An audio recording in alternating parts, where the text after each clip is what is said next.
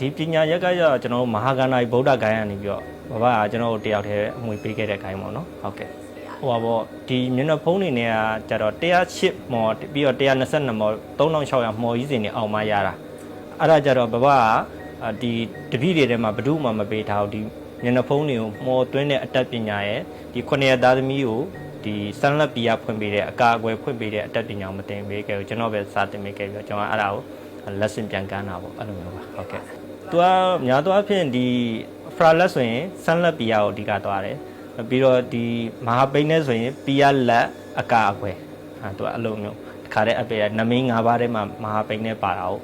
ပြီးရင်လာစီဆိုရင်တတိယမျက်လုံးပေါ့နော်ကျွန်တော်တတိယမျက်လုံးဆိုရင်အမြင်အာရုံတွေပိုပြီးကောင်းမဲ့တတိယမျက်လုံးဖွင့်ခြင်းနဲ့ဆိုရင်လာစီနဲ့အုပ်လို့ရတယ်အဲ့လိုမျိုးတွေပေါ့အများကြီးရှိပါတယ်ဟုတ်ဟိုတိတ်တော့မရှိဘူးထွေထူးတော့တိတ်မရှိဘူးတခါတလေကြားမှတာသူကဟိုပေါ့ဒီကျွန်တော်တို့ဘာလေးကိုထိမ့်ပေးရမယ်ဆိုအက်ကိုကိုနည်းနည်း short ပေးပါတော့တချို့ကြရင်ဘယ်လိုပြောမလဲသူတို့ကစီကံချက်လေးတစ်ခုထုတ်တယ်ပေါ့နော်တခါကြရင်စကားတွေတားမများနဲ့ကိုလုံးစရာရှိတာလုံးဒါမျိုးလေးပေါ့တခါကြနမိတ်တွေကြိုးပေးတယ်အဲ့လိုမျိုးလေးတွေရှိတယ်ဟုတ်တံပြန်လေးတွေပြန်သွားတယ်ဆိုဆရာတယောက်ရဲ့အမိန်အာဏာလည်းအရင်ရေးကြည့်တာကိုကျွန်တော်တို့ဆိုရင်အမိန်ပြန်ပေးတဲ့ထဲမှာခုနှစ်သားသမီးရှင်းတယ်ကိုမကောင်းတဲ့အောက်ခုလက်အထက်ကိုမကောင်းတဲ့ဘက်ကနေပြီးသုံးပြီးတော့တိုက်မယ်ဆိုရင်ပြန်ပြီးတံပြန်စီပေါ့နော်